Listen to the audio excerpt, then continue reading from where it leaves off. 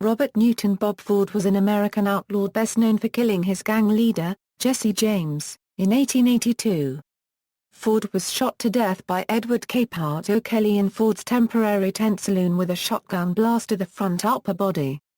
He was first interred in Creede, Colorado, where the saloon was located and where he was killed, but he was later reburied at Richmond Cemetery in Richmond in Ray County, Missouri, with the man who shot Jesse James inscribed on his grave marker.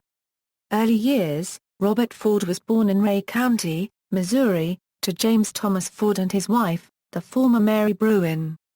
As a young man, he became an admirer of Jesse James for his Civil War record and James's criminal exploits. In 1880, he finally met James.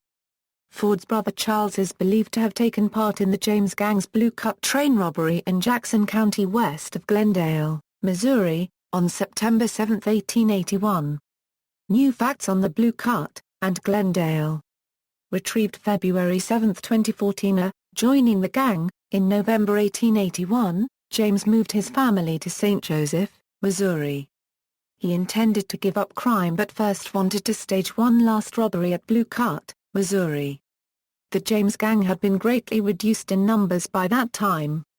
Some had fled the gang in fear of prosecution, and many of the original members were either dead or in prison after a botched robbery in Northfield, Minnesota.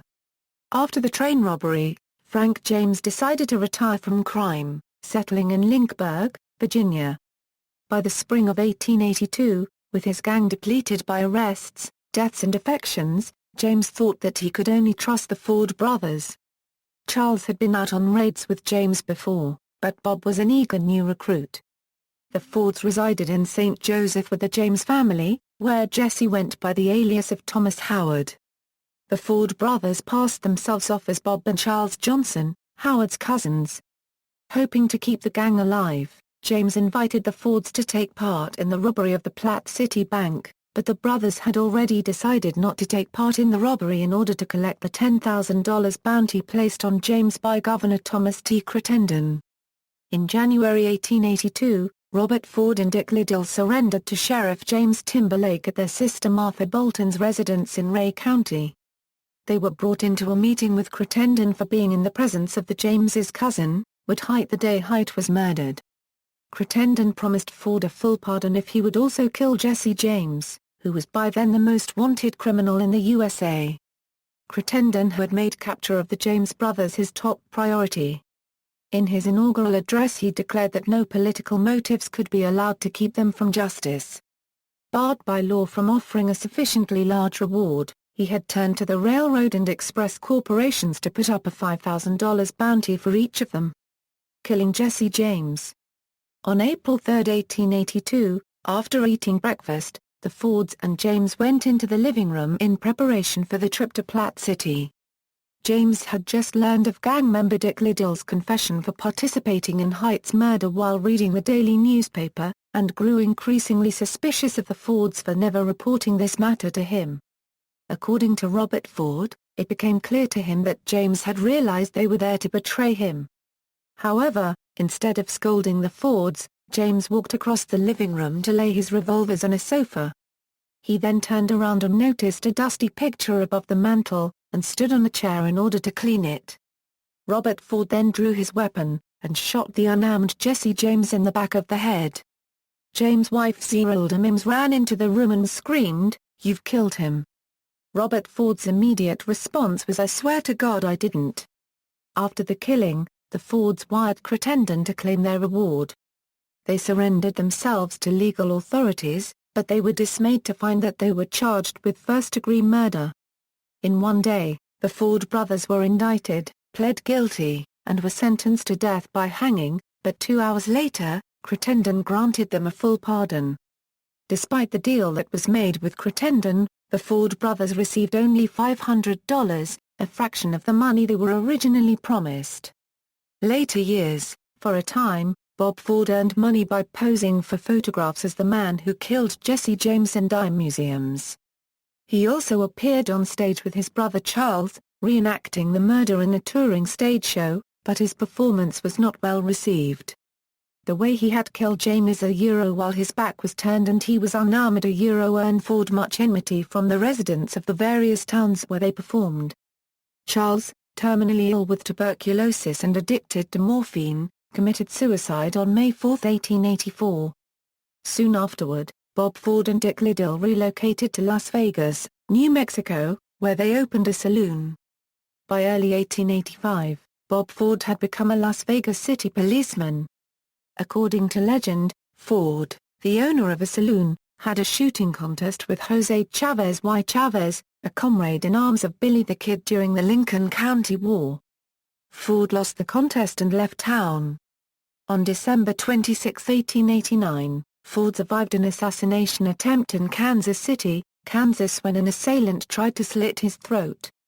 Within a few years, Robert Ford had settled in Colorado, where he opened a saloon gambling house in Walsenburg.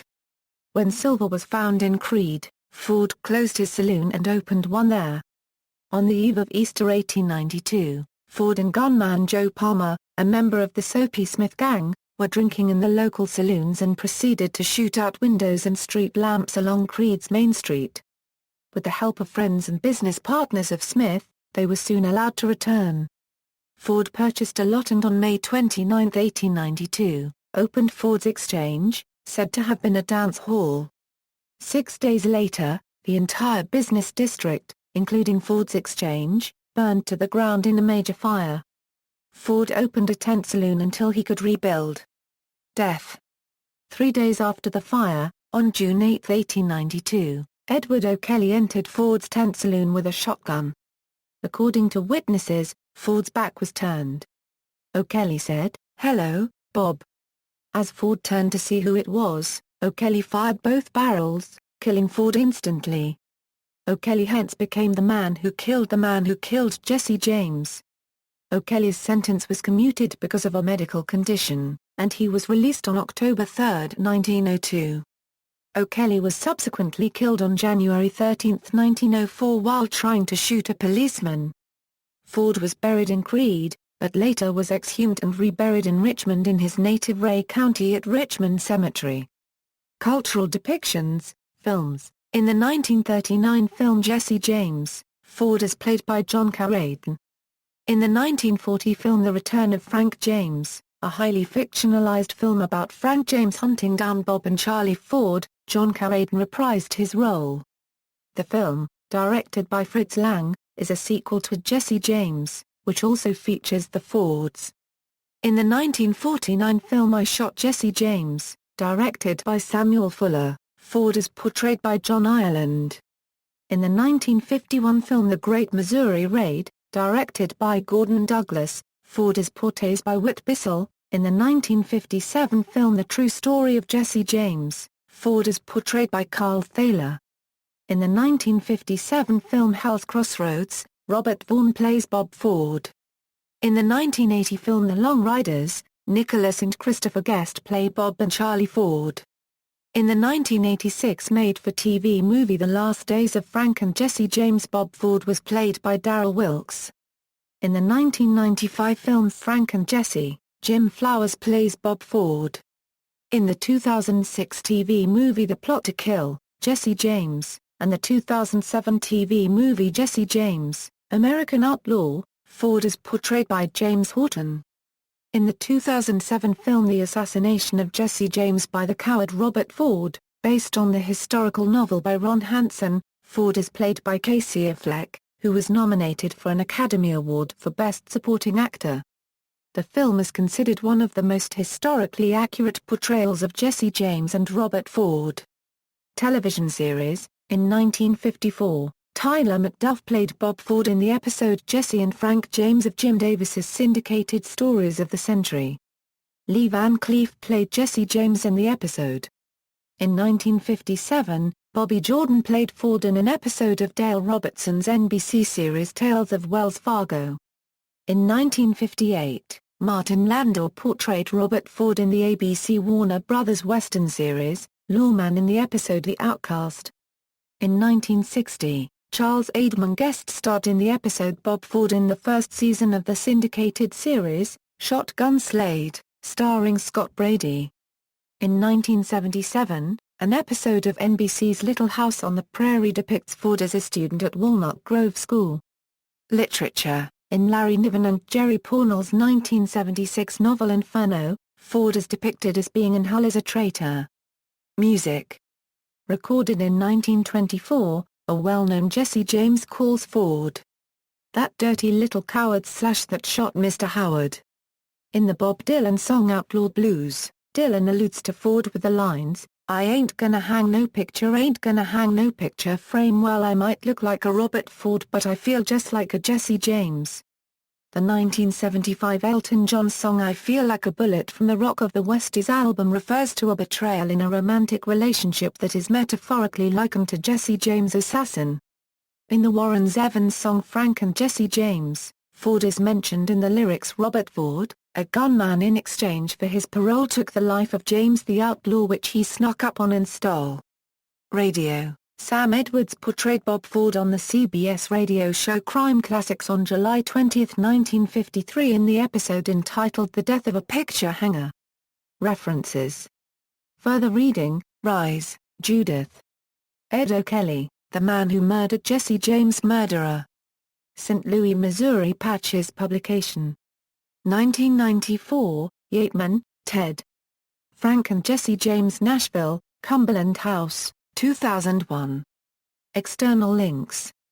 Ford on Legends of America, official website for the family of Jesse James. Stray Leaves, A James Family in America since 1650, Robert Ford and his Colorado saloon with photos from the U.S. National Archives and Library of Congress, Robert Ford at Find a Grave.